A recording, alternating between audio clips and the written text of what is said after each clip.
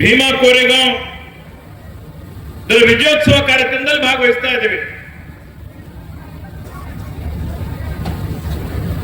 ಭೀಮಾ ಕೋರೆಗಾಂವ್ ಬಗ್ಗೆ ಈಗಾಗಲೇ ಬಹಳ ಜನ ಮಾತನಾಡಿದ್ದಾರೆ. ಈ ಕಾರ್ಯಕ್ರಮದ ಉದ್ದೇಶ ಏನು? ನಮ್ಮೆಲ್ಲರ ನೆಚ್ಚಿನ ನಾಯಕರು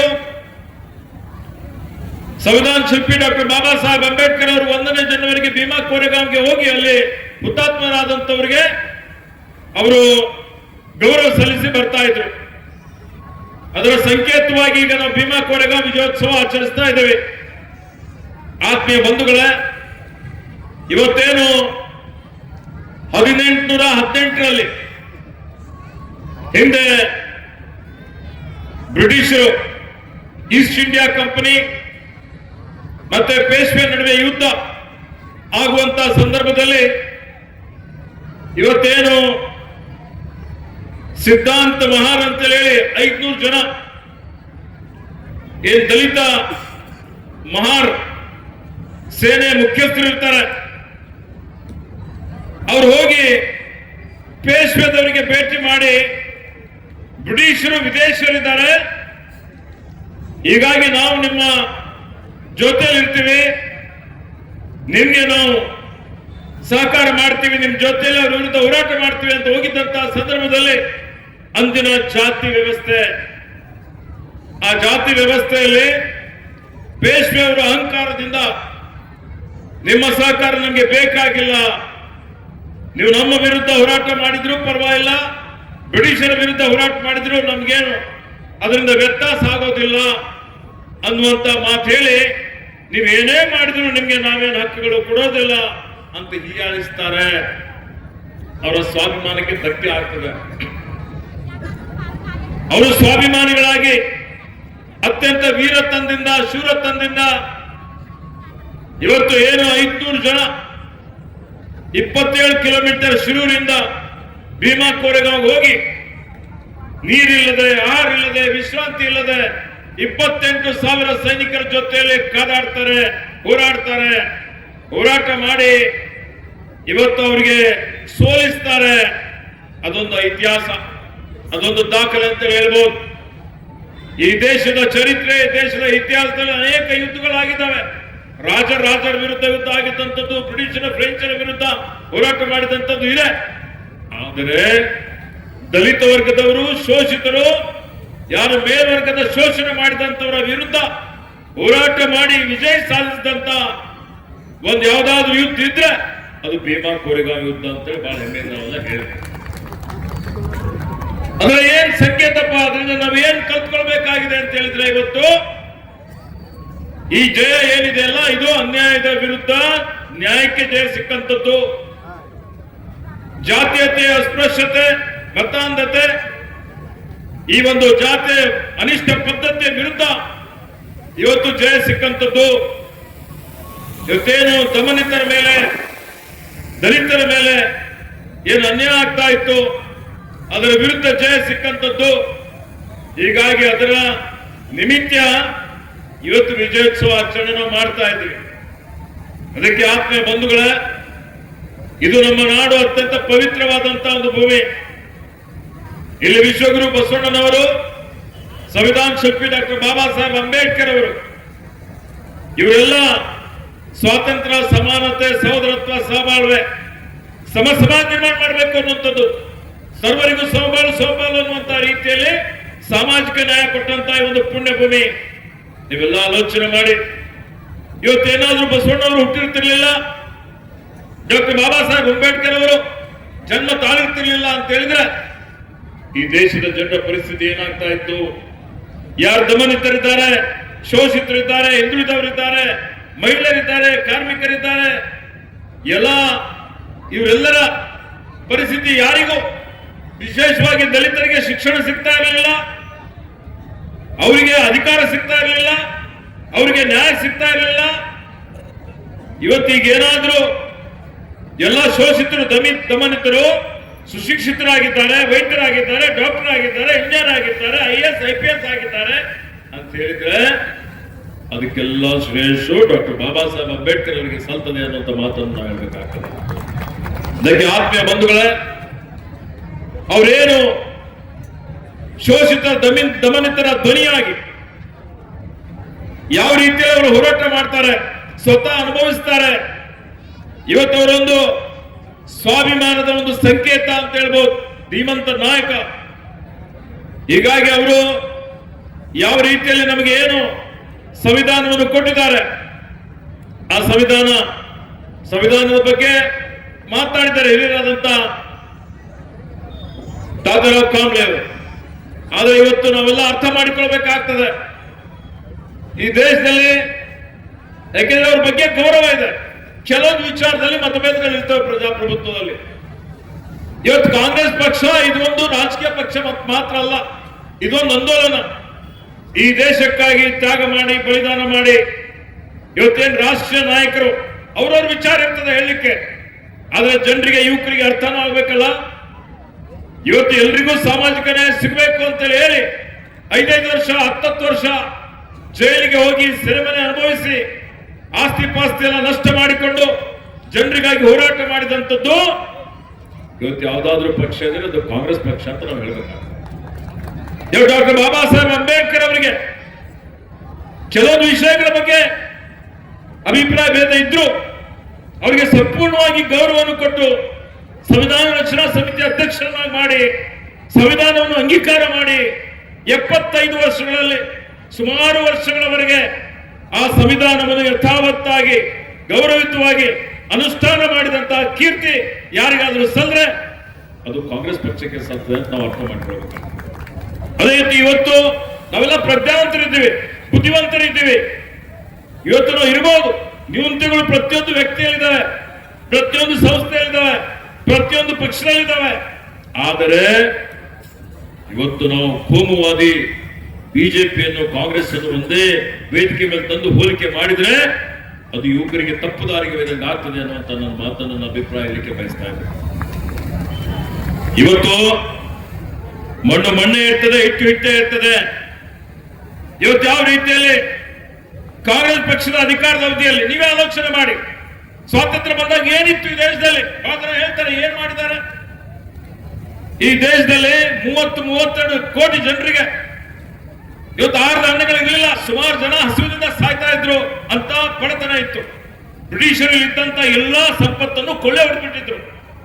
ಎಲ್ಲ ಯಾವುದೇ ಸೈನ್ಯ ಇದ್ದಿಲ್ಲ, ಗಡಿ ಇದ್ದಿಲ್ಲ, ಏನು ಇದ್ದಿಲ್ಲ. ಕೊಡೋ ಹೊತ್ತಿನಲ್ಲಿ ಇವತ್ತು ಯಾವ ರೀತಿಯಲ್ಲಿ ಕೋಮುವಾದಿ ಶಕ್ತಿಗಳು ಜಾತಿಗಳಲ್ಲಿ ಧರ್ಮಗಳಲ್ಲಿ ಇವತ್ತು ಭಾವನಾತ್ಮಕ ವಿಷಯಗಳನ್ನು ಕೇಳಿಸಿ ಜನರಿಗೆ ಹೊಡೆದಾಡುವ ನೀತಿ ಅನುಸರಿಸ್ತಾ ಇದ್ದಾರೆ ಇವತ್ತಿನ ಕೇಂದ್ರದ ಸರ್ಕಾರ.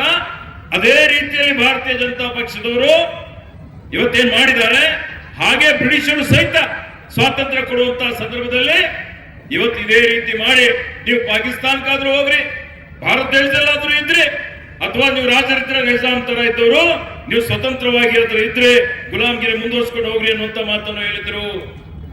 ಎಲ್ಲರನ್ನೂ ಒಗ್ಗೂಡಿಸಿ ಇವತ್ತು ಈ ದೇಶವನ್ನು ಹಂತದಲ್ಲಿ ಇವತ್ತು ಇಡೀ ಜಗತ್ತಿನಲ್ಲಿ ನಾವೆಲ್ಲ ತಲೆ ಎತ್ತಿ ಮೆರೆಯಂತೆ ಮಾಡಿದಂತಹ ಕೀರ್ತಿ ಇವತ್ತು ಈ ಪಕ್ಷಕ್ಕೆ ಸಲ್ತದೆ. ನಾವು ಅರ್ಥ ಮಾಡಿಕೊಳ್ಬೇಕಾಗ್ತದೆ.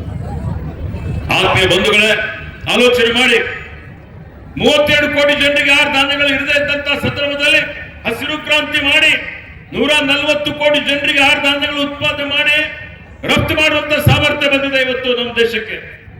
ಈ ದೇಶದಲ್ಲಿರುವಂತಹ ಎಲ್ಲಾ ಸಮುದಾಯದವರು, ಯಾರು ಗುಡಿಸಲಿರುವಂತವರು, ಇವತ್ತೇನು ದಲಿತರ ಮಕ್ಕಳು, ಹಿಂದುಳಿದವರ ಮಕ್ಕಳು, ದಮಂತರ ಮಕ್ಕಳು, ರೈತರ ಮಕ್ಕಳು, ಕಾರ್ಮಿಕರ ಮಕ್ಕಳು, ಇವತ್ತು ಇಲ್ಲಿ ಅಷ್ಟೇ ಅಲ್ಲ, ದೇಶ ವಿದೇಶಗಳಲ್ಲಿ ಜಗತ್ತು ನಮ್ಮ ಕಡೆ ನೋಡ್ತಾ ಇದೆ. ಯಾಕೆ?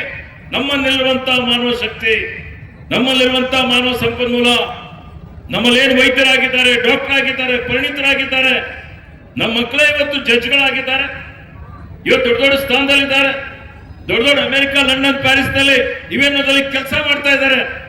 ಯಾರ ಕೊಡುಗೆ ಇದೆ ಇದು? ನಾವೆಲ್ಲ ಆಲೋಚನೆ ಮಾಡಬೇಕಾಗ್ತದೆ. ಸಂಪರ್ಕ ಕ್ಷೇತ್ರ ಇಷ್ಟೊಂದು ಕ್ರಾಂತಿ ಆಗಿದೆ. ಒಬ್ಬ ಸಣ್ಣ ಬಡವ ಇದ್ರು, ಇವತ್ತು ಇಡೀ ಜಗತ್ತಿನಲ್ಲಿ ಏನ್ ನಡೀತಾ ಇದೆ ನಾವು ನೋಡ್ತಾ ಇದ್ದೀವಿ. ಅಂಗೈಯಲ್ಲಿ ಜಗತ್ತು ಅಂತ ಹೇಳ್ತೀವಿ, ಅದರ ಕೊಡುಗೆ ಯಾರಿಗೆ ಹೋಗ್ತದೆ? ಆಲೋಚನೆ ಮಾಡಬೇಕಾಗ್ತದೆ.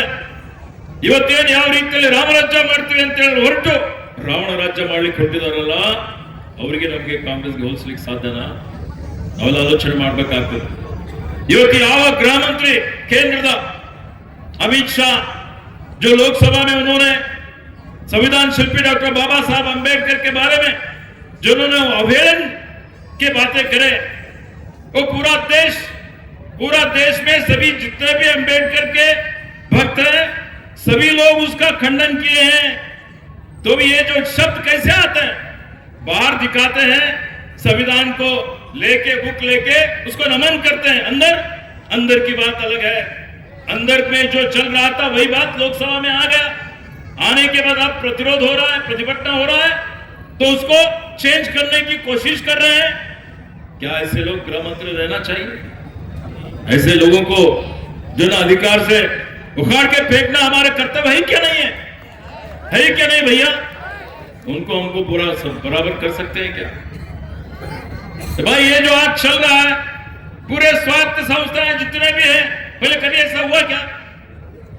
आज सीबीआई है, ईडी है, इनकम टैक्स है, पूरे जितने संवैधानिक संस्थाएं हैं, ये पूरे संस्थाओं को जितने विरोध पक्ष के लोग हैं उनके नेताओं को, मुख्यमंत्री को पकड़ के ही जो ना जेल में डाल रहे हैं। ये लोकतंत्र है? ये संविधान का अनुष्ठान करने का तरीका है क्या? बताइए।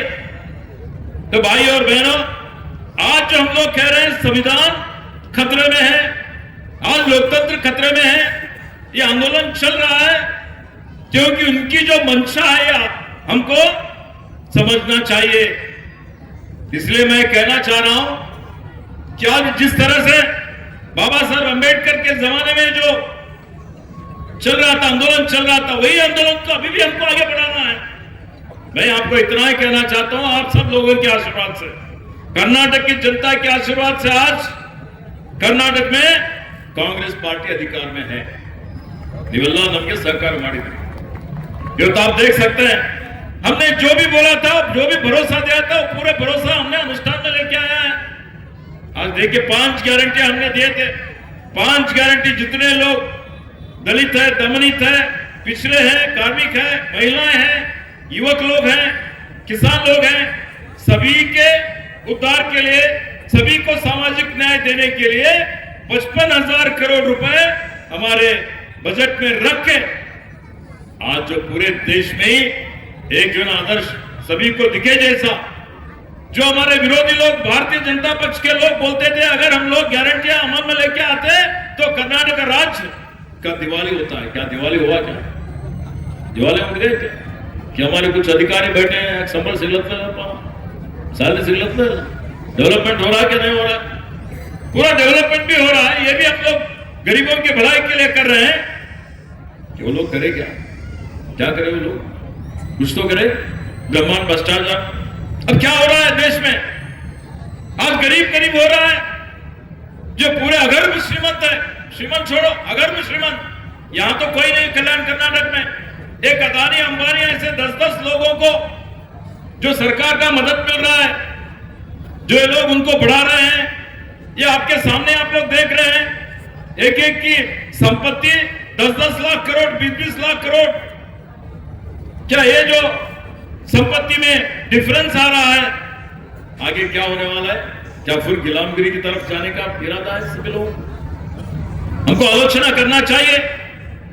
देश में जो हो रहा है, आज जितने महिलाओं के ऊपर, पिछड़े हुए लोगों के ऊपर अन्याय हो रहा है, अत्याचार हो रहा है, धर्म के नाम पे लोगों को डराया जा रहा है, एक समुदाय को निशाना बना के उनके खिलाफ जो कायदा बना रहे हैं, कानून बना रहे हैं, तो इससे क्या देश की एकता, अखंडता बरकरार रह सकती है?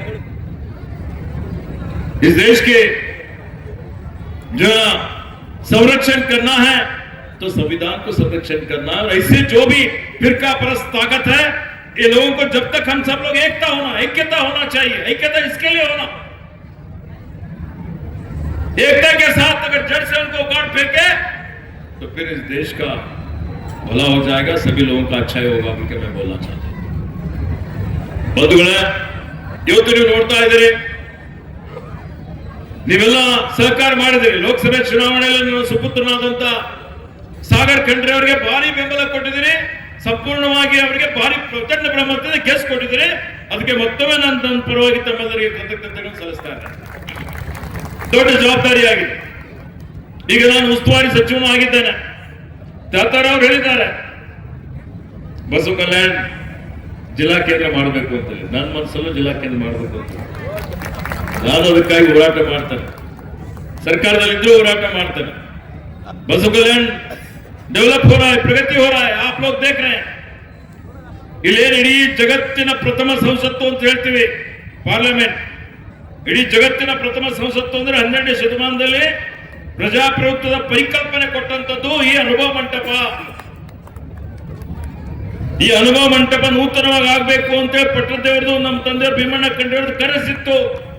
ಆ ಅನುಭವ ಮಂಟಪದಲ್ಲಿ 770 ಅಮರಗಳಂಗಲ್, 770 ಶರಣರು, ಎಲ್ಲಾ ಸಮುದಾಯದವರು, ಅರಳಯ್ಯ, ಕಕ್ಕಯ್ಯ, ಇವತ್ತು ಎಲ್ಲಾ ಸಮುದಾಯದವರು ಎಲ್ಲರಿಗೆ ಸೇರಿಸಿಕೊಂಡು ಅದು 770 ಕಂಬಗಳ ಮೇಲೆ ಇವತ್ತು 650 ಕೋಟಿ ರೂಪಾಯಿ ವೆಚ್ಚದಲ್ಲಿ ಅದನ್ನು ಪ್ರಾರಂಭ ಮಾಡಿದ್ದೇವೆ. ನಮ್ಮ ನೆಚ್ಚಿನ ನಾಯಕರಾದಂತಹ ಮಾನ್ಯ ಸಿದ್ದರಾಮಯ್ಯಜರು ಬಂದು 1 ವರ್ಷಗಳ ಒಳಗಾಗಿ ಅದಕ್ಕೆ ಅನುದಾನದ ಕೊರತೆ ಬೀಳ್ಬಿಡೋದಿಲ್ಲ.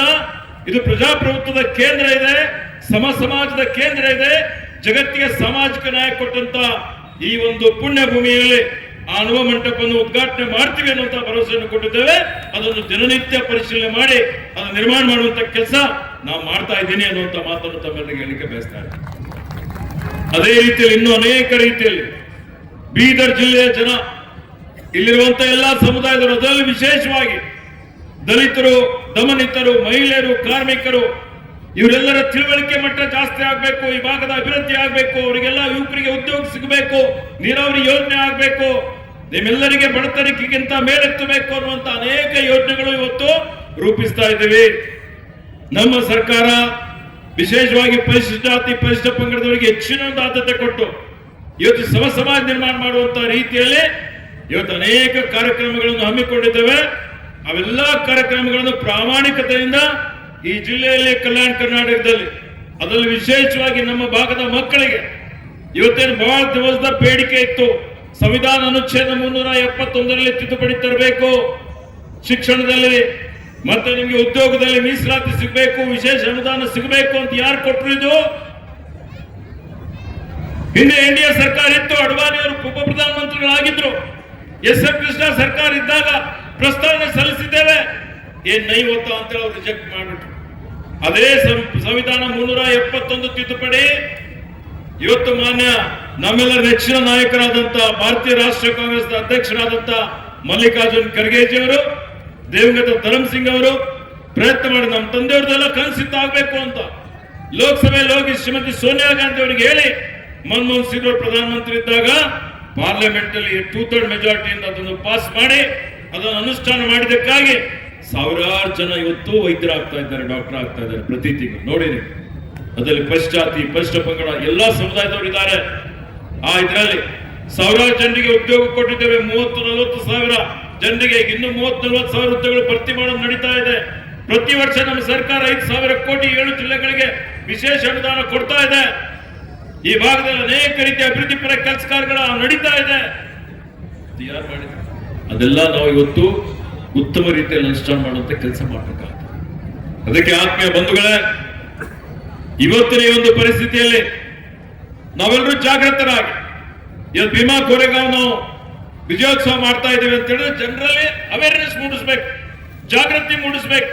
ಶೋಷಣೆ ಅಂದ್ರೆ ಏನು, ಅಸ್ಪೃಶ್ಯತೆ ಅಂದ್ರೆ ಏನು, ಏನಿತ್ತು ಅವತ್ತಿನ ಪರಿಸ್ಥಿತಿಯಲ್ಲಿ, ಎಷ್ಟು ಕಷ್ಟ ಇತ್ತು, ಹೆಂಗೆ ಇವತ್ತು ಶೋಷಿತರು ಹೋರಾಟ ಮಾಡಿದ್ದಾರೆ, ಅನ್ಯಾಯದ ವಿರುದ್ಧ ಜಯ ಗಳಿಸಿದ್ದಾರೆ, ಅಹಂಕಾರವನ್ನು ಇವತ್ತು ಮೆಟ್ಟಿ ನಿಂತಿದ್ದಾರೆ, ಸ್ವಾಭಿಮಾನವನ್ನು ಇವತ್ತು ಇಟ್ಕೊಂಡಿದ್ದಾರೆ.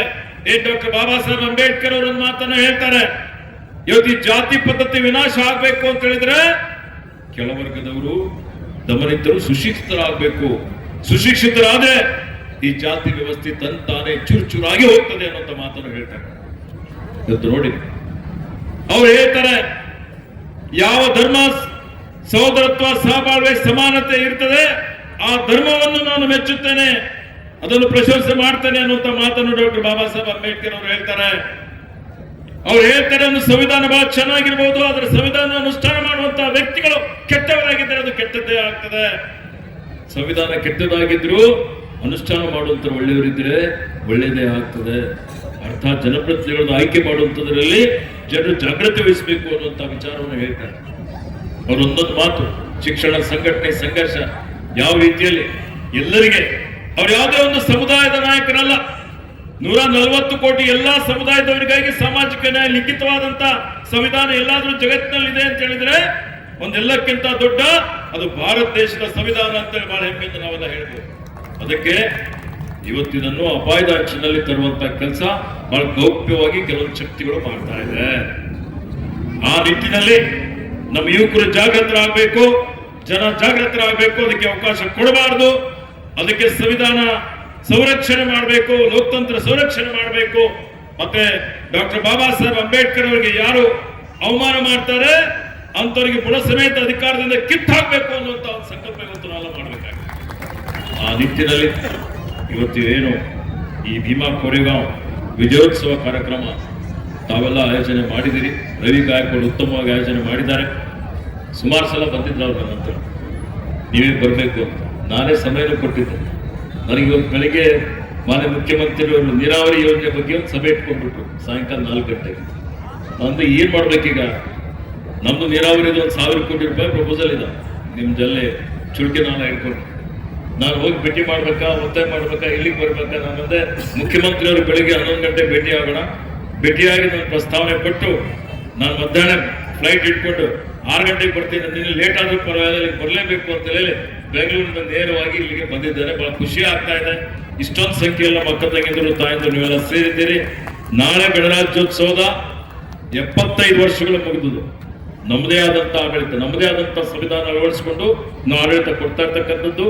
ನಾಳೆ ಮತ್ತೆ ಗಣರಾಜ್ಯೋತ್ಸವದಲ್ಲಿ ನಾವೆಲ್ಲ ಭಾಗಿಯಾಗ್ತಾ ಇದ್ವಿ.